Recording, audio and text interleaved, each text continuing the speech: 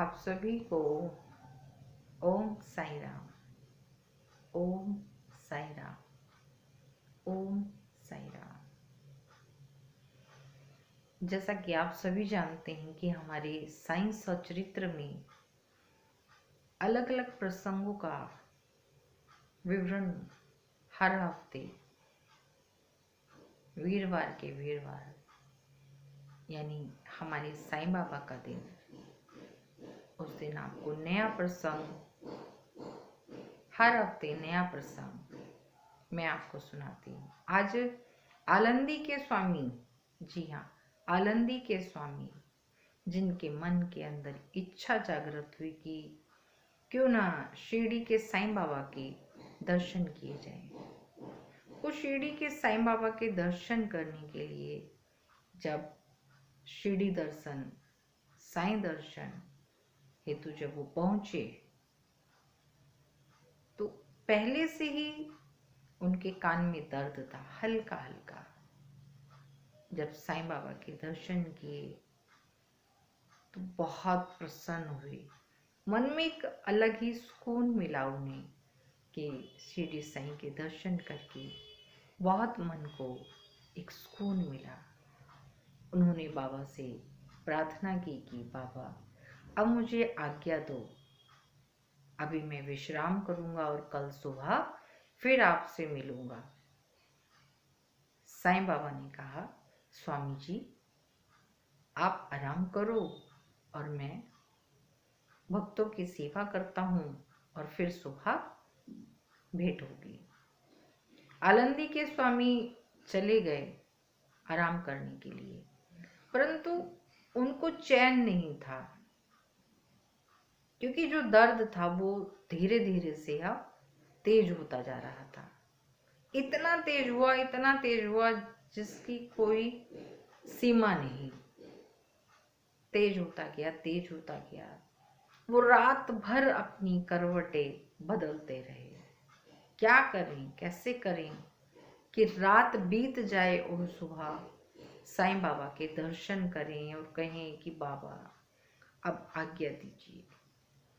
सुबह हुई, बाबा जी के दर्शन हुए और स्वामी जी ने कहा कि बाबा आप मुझे जाने की इजाजत दीजिए।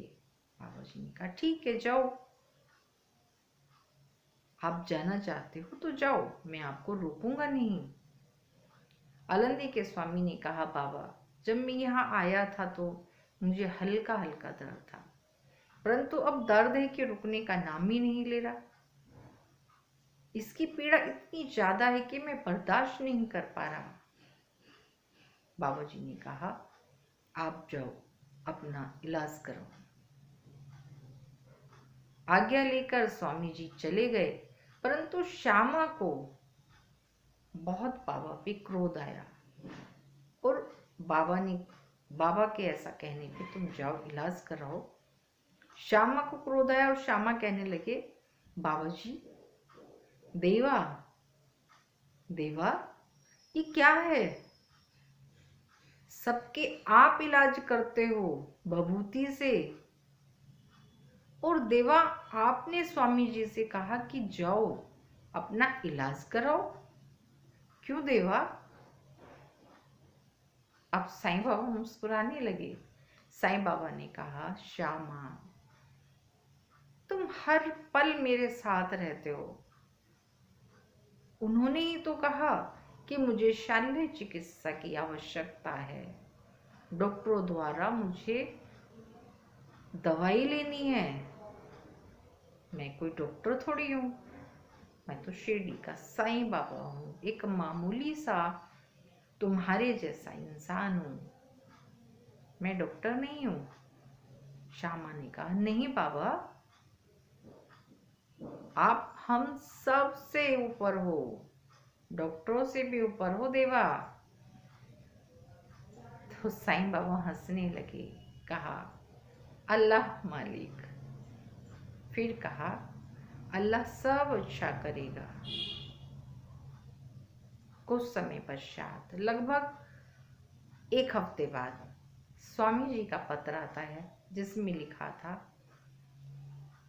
शिरडी के साईनाथ मेरा दर्द अब बिल्कुल ठीक है। हाँ, कान के चारों तरफ जो मेरी सूजन है वो अभी ठीक नहीं है, उसके लिए मुझे बम्बई जाना पड़ेगा। बम्बई जाकर मैं वहाँ डॉक्टरों से अपना इलाज कराऊंगा, क्योंकि यहाँ के डॉक्टरों ने कहा है कि सूजन का इलाज ऑपरेशन से होगा और ऑपरेशन के बाद ही मैं पूर्ण रूप से स्वस्थ हो जाऊंगा। फिर आपसे आकर मिलता हूँ।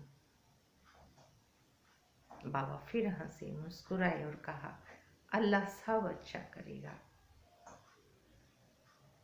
फिर वो दिन भी आया जब आलंदी के स्वामी बम्बई गए और वहां से डॉक्टरों ने कह दिया कि तुम्हें ऑपरेशन की कोई आवश्यकता नहीं, आप ऐसे ही स्वस्थ हो जाओगे। आलंदी के स्वामी को बहुत हैरानी हुई, क्योंकि वहां तो डॉक्टर ने कहा था कि आपकी जो सूजन है वो ऑपरेशन से उतरेगी, और यहाँ सुनने को मिल रहा है कि आपको ऑपरेशन की जरूरत नहीं।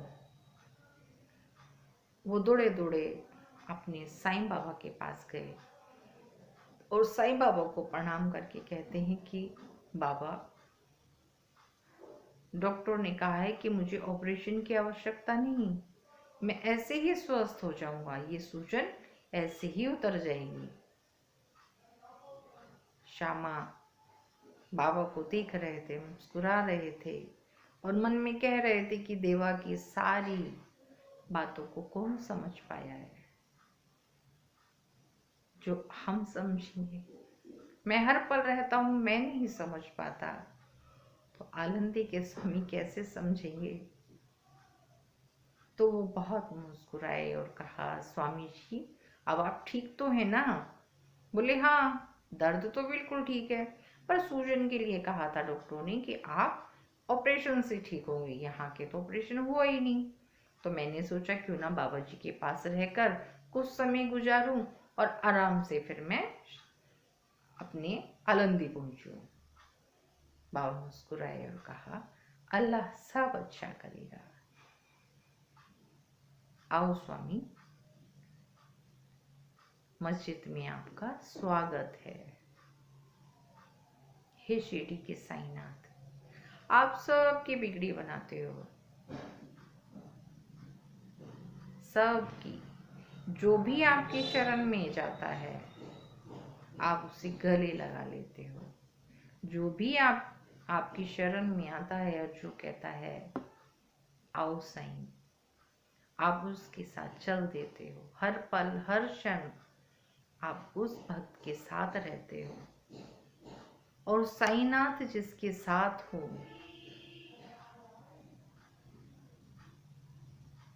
आगे आप समझदार हो। ओम साई राम, ओम